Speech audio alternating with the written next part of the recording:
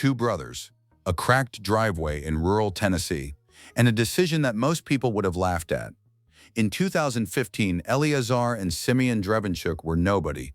No shop, no sponsorships, no formal training, just a camera, a busted Jeep, and an idea that wouldn't leave them alone. Their parents had come to America from Ukraine with almost nothing, built a life through sheer hard work, and raised two sons who absorbed every bit of that mentality. So when Eleazar and Simeon decided to start filming themselves fixing wrecked cars in their parents' driveway, quitting the comfort of regular work wasn't a crisis, it was a calculation. What happened next shocked even them. Nearly 3 million subscribers, over 940 million views, a net worth pushing $6 million. And it all started with one decision that everyone around them probably thought was a mistake. This is how it actually went down. To understand why Eleazar and Simeon bet everything on a YouTube channel, you have to understand where they came from. Because the channel didn't just come out of nowhere, it came out of a family that already knew what it looked like to start from zero. Their parents emigrated from Ukraine and landed in Chattanooga, Tennessee, not exactly a city known for handing out second chances. Pops, as he'd eventually become known to millions of viewers, drove trucks for a living. That's not a glamorous detail. It's a grind-it-out, early mornings, long miles kind of job. The sort of work that doesn't leave much room for comfort or complaint, and that energy ran through the entire household. In the Drevinchuk family, you didn't sit around waiting for an opportunity to show up. You went and built it yourself. The brothers grew up with that standard baked into them. They had older siblings, including a brother named Alex who went into home construction, and a sister who worked behind the camera and sold products online. The whole family operated like a unit, each person pulling their weight in whatever direction made sense. That dynamic would later become one of the most recognizable things about the Goonzquad channel. The way Pops just casually shows up in videos, tools in hand, ready to work. That wasn't a content decision. That was just how the family operated before anyone had a camera rolling.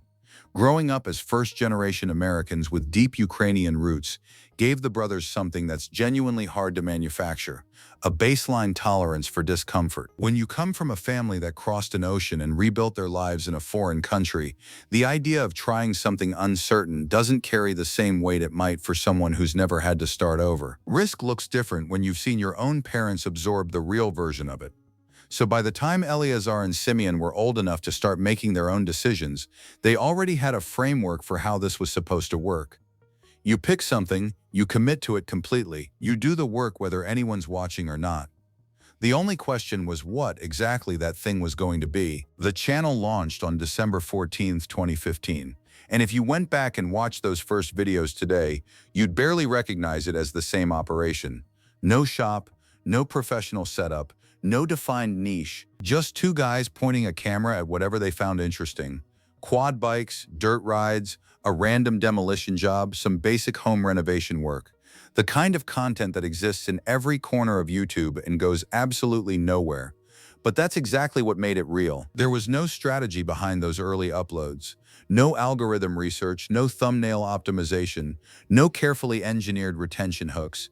Eleazar and Simeon were filming what they actually did, in the place they actually lived, with the equipment they actually had. A cell phone camera, natural light, whatever was sitting in the driveway. The production value was essentially zero, and somehow that worked in their favor, because the personality came through clean, without anything polished getting in the way of it. The name itself tells you everything about where their heads were at. Goonzquad, a mashup of goons, a self-deprecating label they gave themselves for being two guys who like to mess around and have fun, and quad for the four-wheelers they loved riding. It wasn't a brand, it was a joke between brothers that accidentally stuck, and the channel in those early days reflected exactly that energy. Loose, unscripted, a little all over the place, and completely genuine.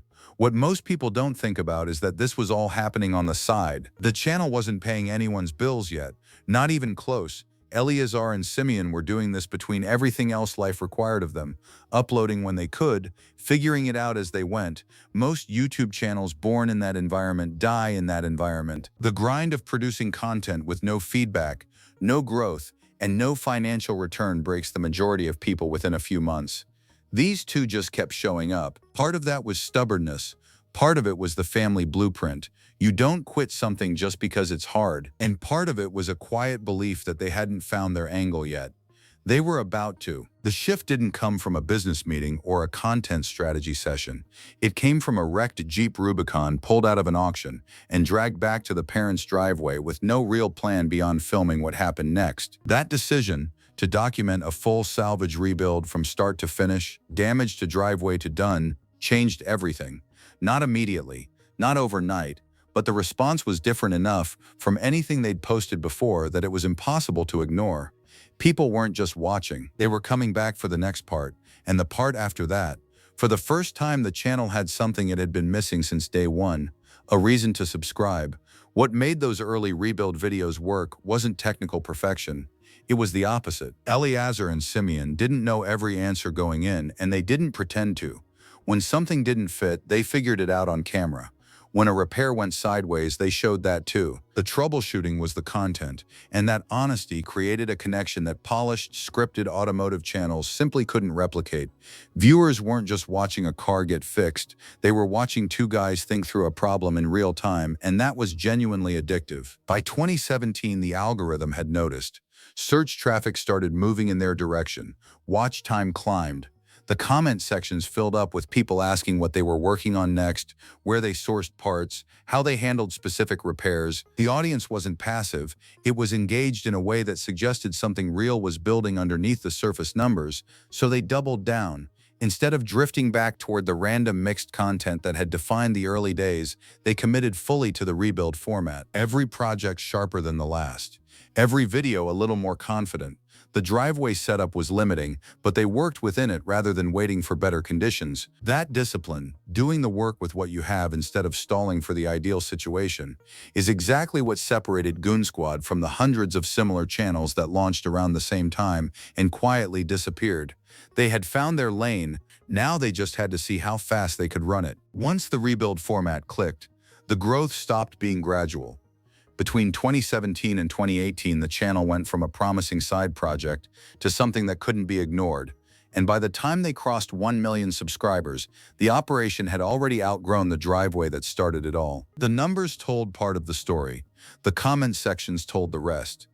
Goonzquad wasn't just accumulating viewers, it was building a community of people who treated each new project like a shared event. Fans tracked part costs, debated repair approaches, and showed up for every upload with the kind of investment usually reserved for sports teams. That level of audience loyalty doesn't get manufactured through thumbnails and titles alone. It gets built through consistency, authenticity, and the slow accumulation of trust. And Eleazar and Simeon had been quietly earning all three since those first grainy driveway videos. But the physical reality of the operation was becoming a problem. A residential driveway has a hard ceiling on what it can handle, and the brothers were hitting it. Cars in various states of disassembly, parts stacked wherever they'd fit, neighbors already starting to notice. Something had to change, so they built, right there on the family property, with their own hands, they put up a pole barn garage that became the next chapter of the channel's identity. The original Goonzquad garage, as it came to be known, wasn't fancy, but it was theirs, and it gave the operation room to breathe. Around this same time, the family started appearing more regularly on camera. Pops became a fixture, showing up with tools, lending a hand, occasionally offering his own brand of commentary.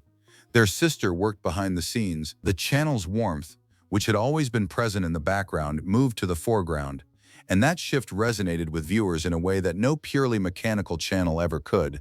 People weren't just watching car builds anymore, they were watching a family work together, and that human element was quietly becoming one of Goonzquad's most powerful advantages.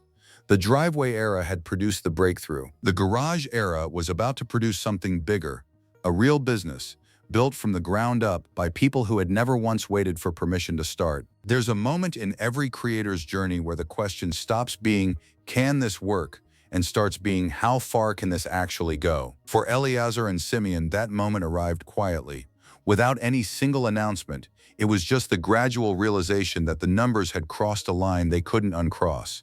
YouTube ad revenue was compounding month over month. The rebuild projects that had started as content were now generating profit on their own.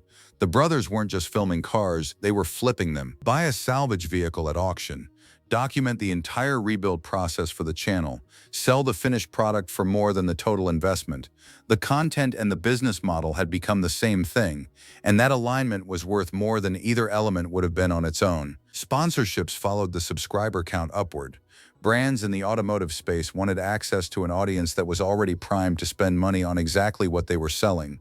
Merchandise gave the community a way to show up for the channel beyond just watching. And eventually, even the hot sauce category got checked off. Their Dang Sauce collaboration with Hoff and Pepper, named after the brothers' signature Dang Son catchphrase, turned a running joke from their videos into an actual product on actual shelves. Every revenue stream layered on top of the last, and the combined weight of them started to add up to something genuinely significant. The decision to move off the family property and into a proper commercial headquarters wasn't just logistical, it was symbolic. Purchasing land near Chattanooga and building out a real shop meant acknowledging out loud that this was no longer a side project or an experiment.